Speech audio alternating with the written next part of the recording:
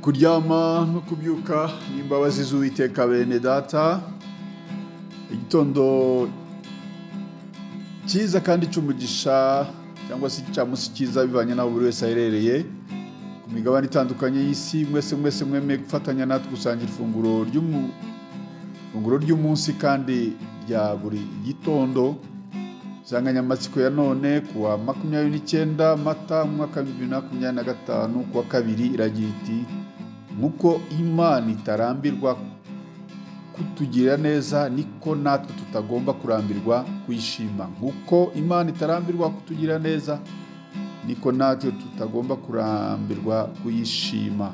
Mbere ko dusoma ijambo ry'Imana, reka tubanze turimbane indirimbo y'154 mu ndirimbo yo gushimisha Imana igira iti ntabwo nzarambirwa kubaririmbira.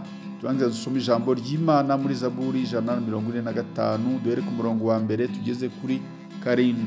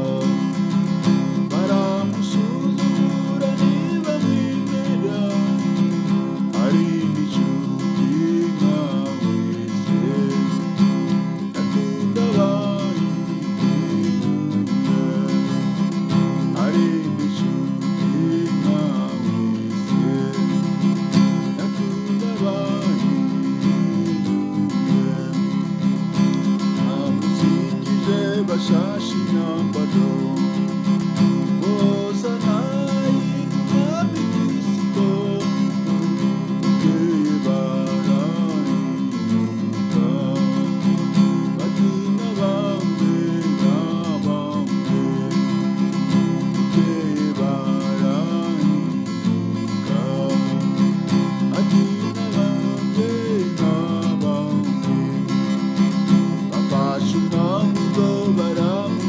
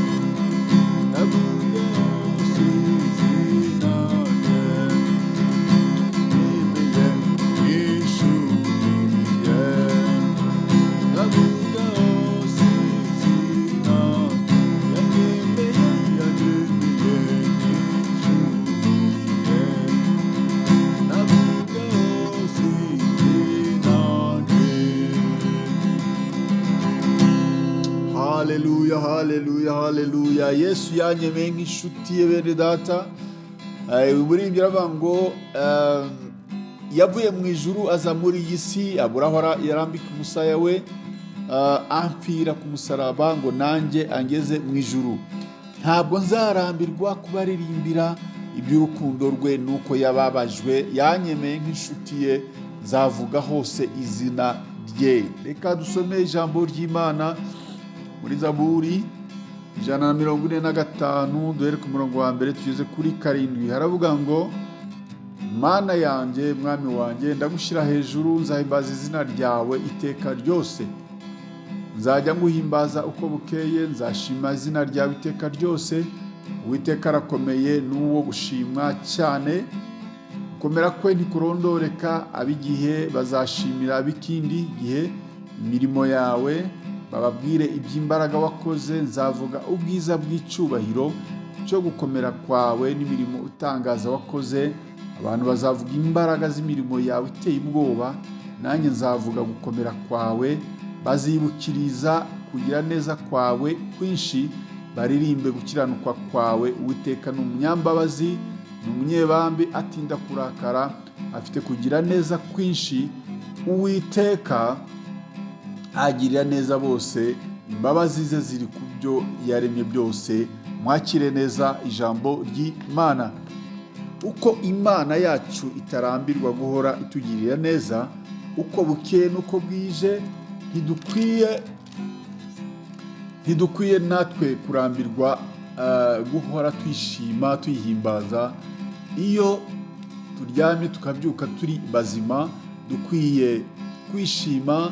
Iyo tugiye mu kazi, tukambuka imihanda, tugatega imodoka zitandukanye, abo mu mahanga batega za gari ya moshi n'ibindi, abatega indege, tugataha turi bazima, dukwiye kwishima.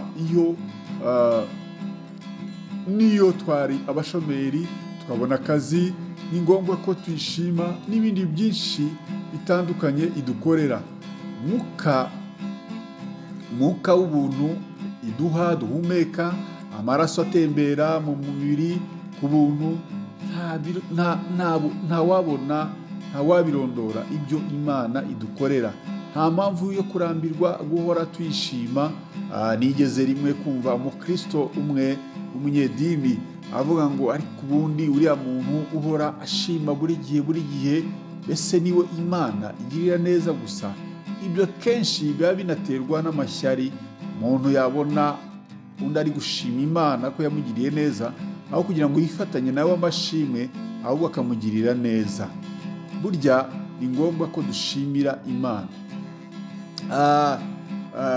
Burya iyo ushimye Imana urongerwa, Imana nayo ikomeza kukugira neza. Imana yacu ikunda abayishima, ahubwo nuko umuntu abura akanya, ariko yakagombye guhora ashima buri kanya, buri saha.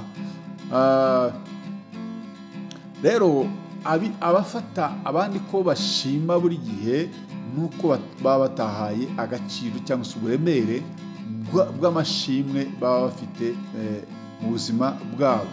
Tugomba kuba mu buzima bushima Imana by'iteka byose. Zaburi rero yatubwiye mu gice 145 umurongo wa 1-7, itwibutsa ko tugomba guhora duhimbaza, tugomba kuba mu buzima bushima Imana uko bukeye n'uko bwije, ngo bitewe n'uko Uwiteka akomeye kandi gukomera kwe kutarondoreka, ari mwiza, ari umunyembabazi, ni umunyebambe, atinda kurakara, agira kugira neza kwinshi, agira neza bose, ababi n'abeza, kandi ko imbabazi ze ziri ku byo yaremye byose.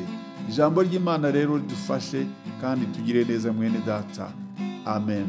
Data, turagushimiye wowe tubyukije amahoro, tugushimiye wowe udufasha kugenda tugataha amahoro. Akira amashimwe yacu kandi ukomeze kutugira neza. Turinde uyu munsi wa none, ibyo tuza gukora byose bitubere byiza, ukuboko kwawe kwiza kube ku bana bawe. Urakoze urakama, bana natwe byose ni mu izina ryawe Yesu tubisenze.